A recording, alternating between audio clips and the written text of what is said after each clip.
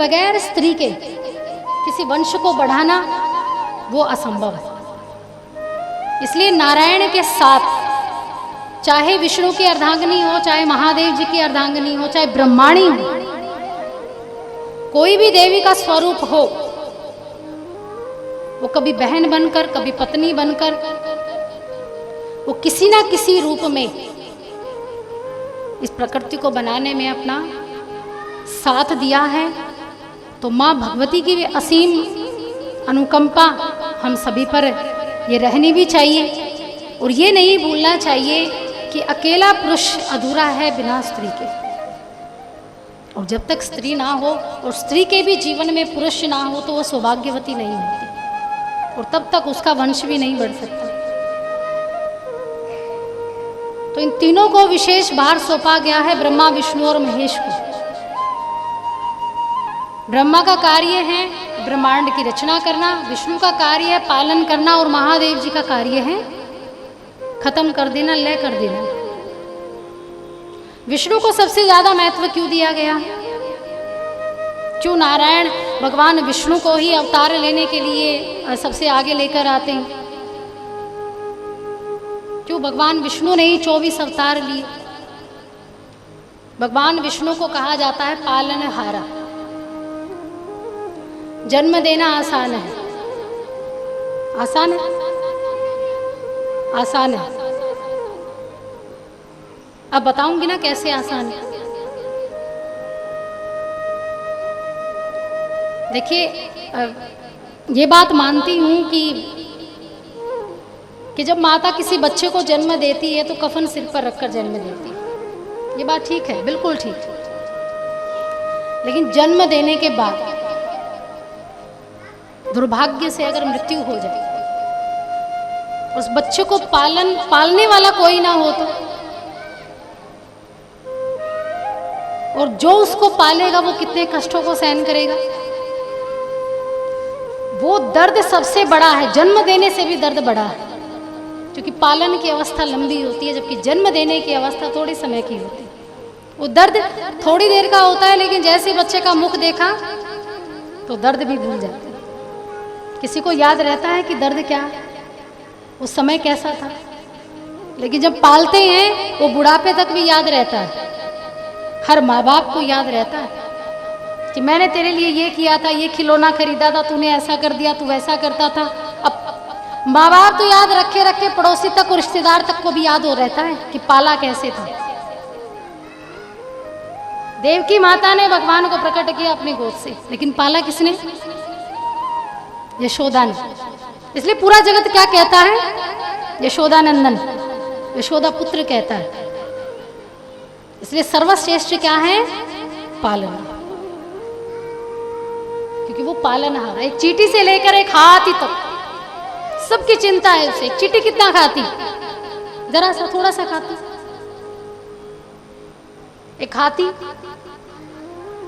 एक समय में 40-40 मन खा जाता है, लेकिन उसकी भी चिंता है। माता रुक्मिणी इस बात को जानती थी, और भगवान की एक आदत थी, एक नियम था भगवान के जीवन में कि जब तक उसका कोई भक्त भोजन नहीं कर लेता था वो भोजन नहीं करते थे। मान लीजिए कोई भक्त उनका भूखा रह गया तो माता रुक्मिणी भोजन परोस देती तो ठाकुर जी खाते नहीं थे। बोले मेरा अभी भक्त भूखा है, अभी मैं भोजन नहीं खाऊंगा, जब तक उसे भोजन ना मिल जाए मैं नहीं खाऊंगा। माता रुक्मिणी को ये बात अटकती थी कि इतनी दुनिया का पेट पालते, इतनी दुनिया का पेट भरते हैं, कभी अपनी चिंता नहीं करते। तो माता रुक्मिणी ने एक बार भगवान की परीक्षा ली। अब माता रुक्मिणी ने क्या किया? बाहर गई, आंगन में एक चींटी को पकड़ा और एक डिब्बी में बंद कर दिया। अब डिब्बी में बंद कर दिया, अब छुपा दिया। ठाकुर जी के सामने थाली परोसी और ठाकुर जी भोजन करने लगे, क्योंकि माता रुक्मिणी देखना चाहती थी कि भगवान अपने भक्तों के प्रति कितने सजग हैं, कितना वो प्रेम करते हैं अपने भक्तों को। आज यही देखूंगी। अब ठाकुर जी भोजन करने लगे तो माता रुक्मिणी ने कहा कि प्रभु कुछ आप भूल रहे। बोले कुछ भी नहीं भूला। बोले सोच लीजिए। भगवान ने थोड़ी देर देखा, समझा, लेकिन भोजन तो सबने कर लिया, सभी पृथ्वी निवासी भोजन करके विश्राम करने चले गए। तो कहा प्रभु आपका कोई भक्त भूखा है? जहाँ तक मुझे याद है भगवान ने कहा कि कोई भक्त भूखा नहीं, सबने भोजन कर लिया। बोले महाराज है। ठाकुर जी भोजन कर रहे थे, अब 2-4 निवाले खा लिए बात करते करते। अब झट से रुक्मणी जी ने वो डिब्बी निकाली जिसमें चीटी बनती। अब वो निकाली और कहा देखो महाराज प्रभु आपका ये भक्त भूखा है। अब भगवान ने कहा रुक्मणी जरा इसके मुख में तो देखो। और जैसे ही रुक्मणी जी ने देखा तो चीटी के मुख में एक चावल का दाना था। अब माता रुक्मणी सोच में पड़ गई कि ये कैसे आया। अब वो आया कैसे था? माता रुक्मणी जब चीटी को बंद कर रही थी डिब्बे में तो वो तिलक लगा रही थी, और तिलक के साथ अक्षत लगाया जाता है। अक्षत मतलब चावल लगाया जाता है। तो जैसे ही डिब्बे में बंद किया तो वो चावल डिब्बे में गिर गया। तब भगवान ने कहा हार गई हो तुम शर्त। क्या चाहती थी, क्या दिखाना चाहती थी कि मुझे अपने भक्तों की चिंता नहीं, मुझे हर भक्त की चिंता। ये देखो इसे भोजन मिल गया। रुक्मणी ने कहा प्रभु सच में आपको पालनहारा कहते, आपको इतनी चिंता है सबकी।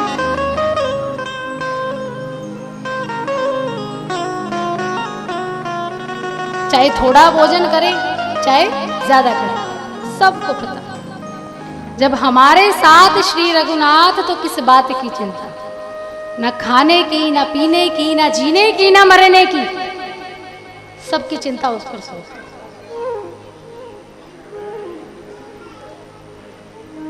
खिलाने वाला भी वही है। एक रोचक प्रसंग है। एक बार अब ऐसे एक आध हो जाता है श्रोता जो कभी भिड़ने के लिए तैयार रहता है। तो ऐसे ही एक श्रोता थे, कथा हो रही थी, कोई कथा व्यास गद्दी पर बैठे थे। तो वो यही समझा रहे थे प्रसंग में कि भगवान को सबकी चिंता होती है, वो सबको निवाला मुख में देते हैं, सबका भोजन का प्रबंध करते हैं, खाने पीने रहने का सब प्रबंध वही करते, खिलाने वाले वही हैं। अब उस व्यक्ति ने कहा ऐसे कैसे खिलाने वाले भगवान हैं, और जब तक हम नहीं कहेंगे, जब तक हम नहीं चाहेंगे तो खाएंगे क्यों? ये तो हमारी मर्जी, हम खाएं या ना खाएं। अब व्यक्ति ने खड़े होकर झगड़ना शुरू कर दिया, तर्क वितर्क करना शुरू कर दिया कथा व्यास जी से। अब कथा व्यास जी ने तो तर्क वितर्क में हाथ जोड़ लिए, बोले हमें तो खिलाने वाला वही है, लेकिन समय ऐसा आएगा तुम खाना भी नहीं चाहोगे तब भी खाना पड़ेगा। अब उस व्यक्ति ने ठान लिया कि मैं देखना चाहता हूं कि भगवान मुझे खिलाएगा कैसे। मैं जब स्वयं नहीं खाना चाहूंगा तो किसकी हिम्मत है जो मुझे खिला दे। घर गए, अपनी पत्नी को कहा कि मैं यहां से जा रहा हूं एक रात के लिए, मुझे ढूंढना मत, मेरे पीछे पीछे मत आना। आज मैं देखना चाहता हूं कि भगवान मुझे कैसे खिलाएंगे। ऐसे कैसे खिलाते हैं, कोई भी कह देता है भगवान खिलाते हैं। आज मेरी मर्जी चलेगी। अब दूर जंगल में गए, वहां एक पेड़ पर बैठ गए, लेकिन उसका बेटा आया, कहा पिताजी क्यों जिद पर अड़े हो, भोजन कर लो। अब खूब टिफिन पैक करके लाया, वृक्ष के नीचे रख दिया, बोले जब मन करे तब खा लेना। अब बोले हम नहीं खाएंगे भोजन, और पेड़ के ऊपर बैठ गए। अब हुआ ये कि रात्रि को वहां कुछ डकैत आए, चोरी चकारी करने वाले। अब वो उसी रास्ते से गुजर रहे थे तो देखा इतना बड़ा टिफिन रखा है भोजन का। अब चोरी करने के लिए आए थे, किसी को मारने के लिए, लूटने के लिए उस स्थान से जा रहे थे। तो इतना बड़ा टिफिन रखा, तो एक ने कहा कि बड़ी अच्छी खुशबू आ रही है, इसमें जरूर अच्छे खाने की चीजें। तो दूसरे ने कहा हाथ मत लगाओ, इसमें बम भी हो सकता है। बोले नहीं खुशबू तो बड़ी अच्छी आ रही। बोलो टिफिन रखा है तो फिर तो कोई और भी मिलेगा, उसे ढूंढो कौन है। हो सकता है हमारा कोई पहरेदार हो, हमें पकड़वाना चाहता हो। अब देखा तो ऊपर महाशय टंगे पड़े हैं वृक्ष पर। अब देखा, उसको कहा नीचे आओ, बोले नहीं आएंगे। बोले नीचे आते हो या बंदूक चलाऊं? अब वो बेचारे डरते डरते नीचे आए।